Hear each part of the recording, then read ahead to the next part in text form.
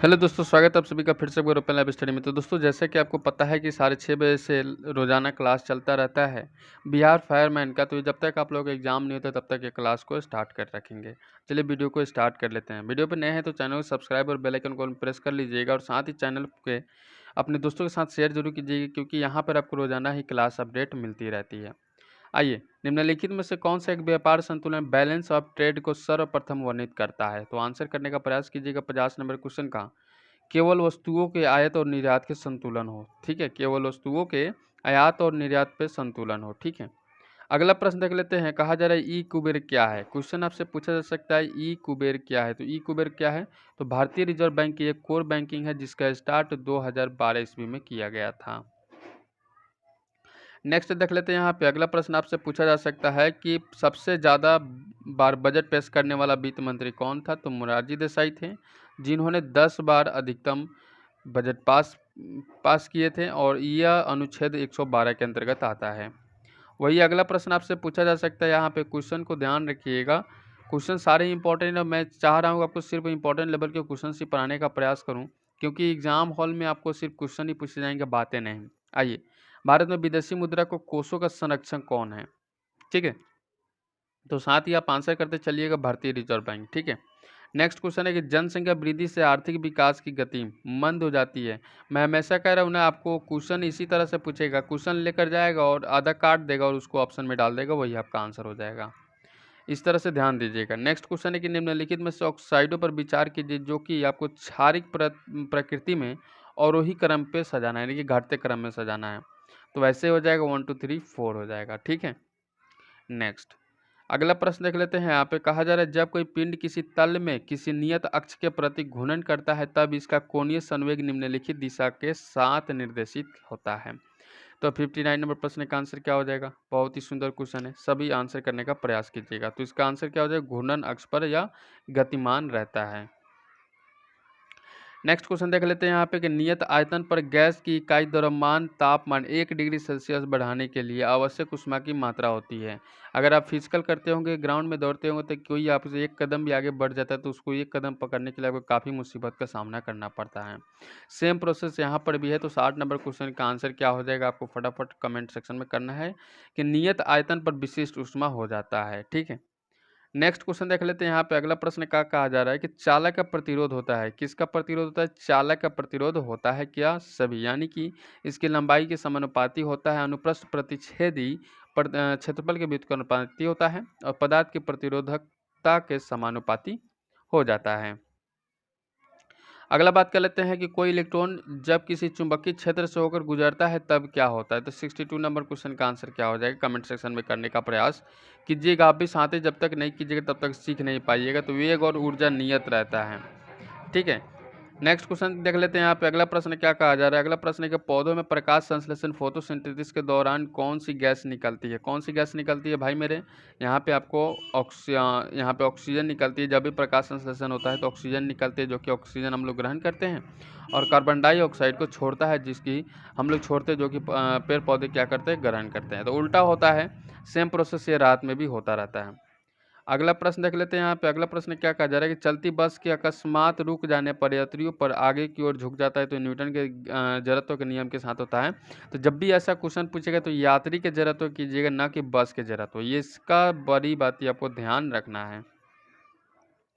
Next question है Fe3O4 में iron निम्नलिखित के संयोजकता प्रदर्शित करता है। तो आपका आंसर हो जाएगा 2 और 3। कितना? 2 और 3। ठीक है, क्वेश्चन इस प्रकार से भी पूछा जा सकता है कि पृथ्वी के घूर्णन गति बढ़ाने पर गुरुत्व जनित जी का मान क्या प्रभाव क्या होगा?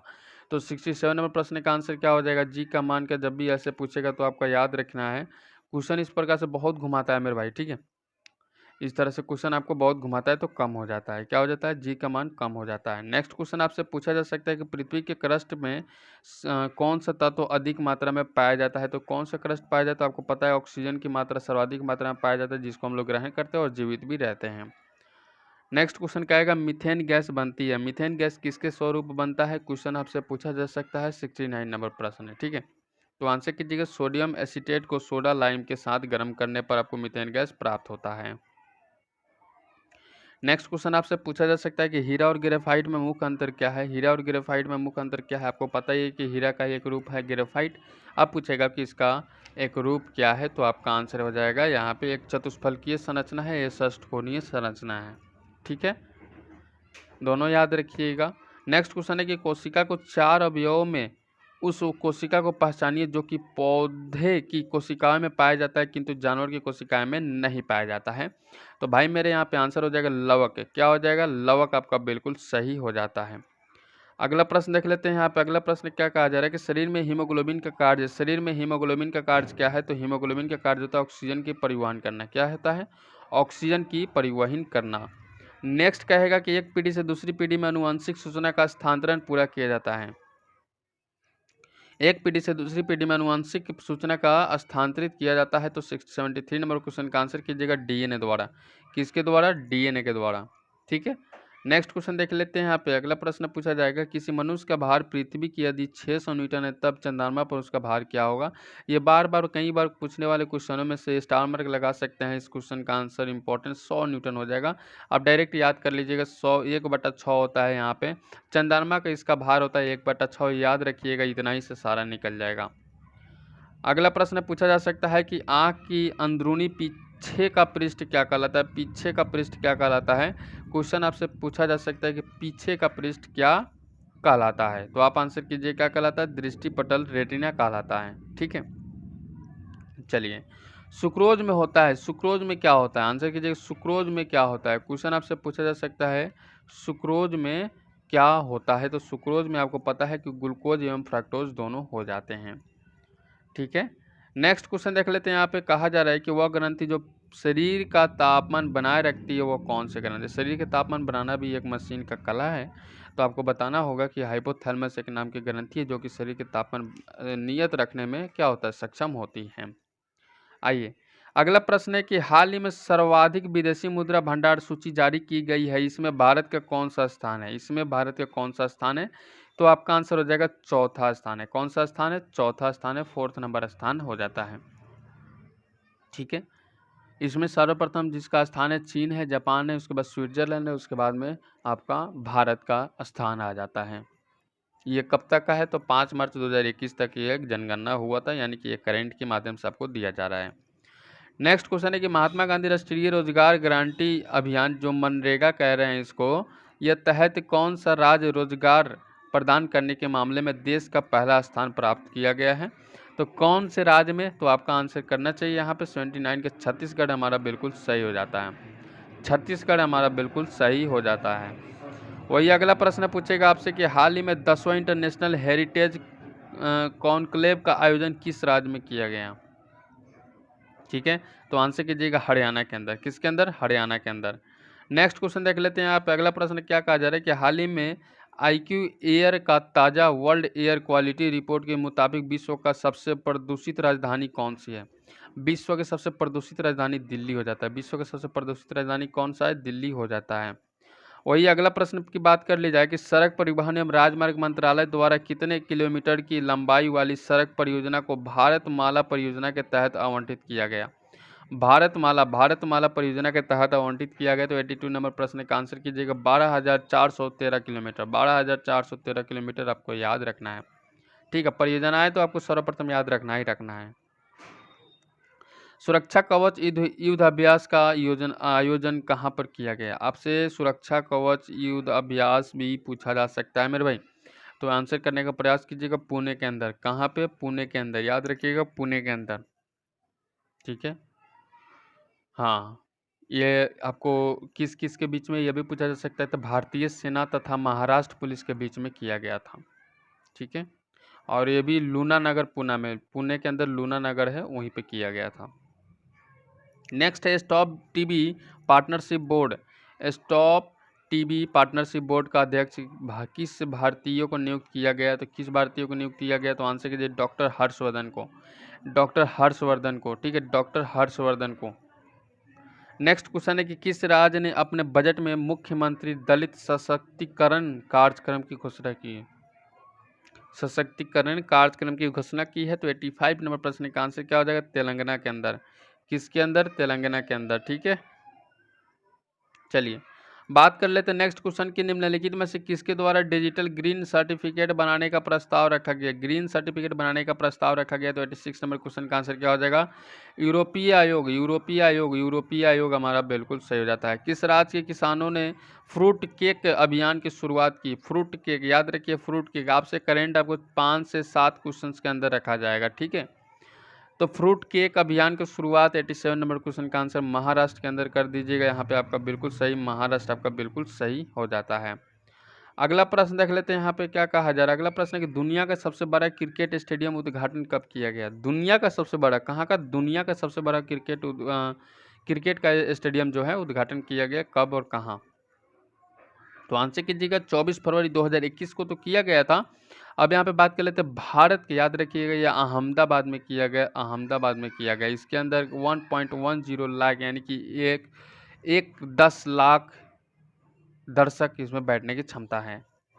नेक्स्ट क्वेश्चन है कि ऑस्ट्रेलिया ओपन 2021 के पुरुष एकल खिताब किसने जीता।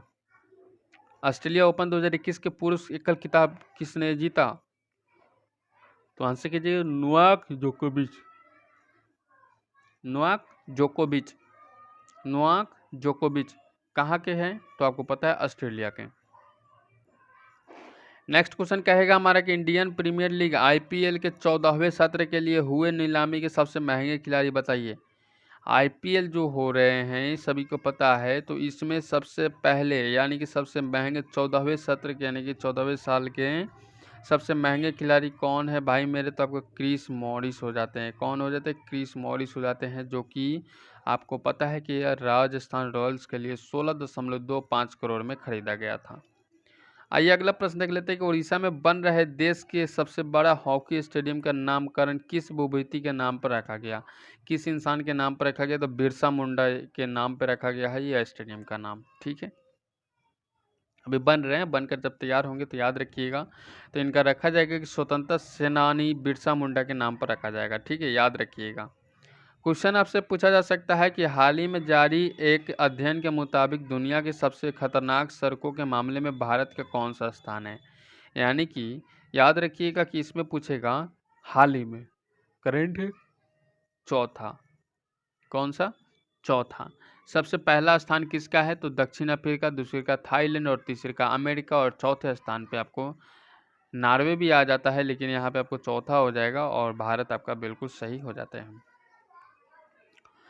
नेक्स्ट क्वेश्चन कहेगा हमारा कि हाल ही में जारी वर्ल्ड हैप्पीनेस रिपोर्ट भारत के पदान पर रहा, तो 93 नंबर क्वेश्चन का वो 139 कितने वर्ल्ड कितने 139, ठीक है, 149 देशों में से 139वां स्थान था भारत का, और इस सूची में पहला स्थान फिनलैंड और अंतिम स्थान अफगानिस्तान का है।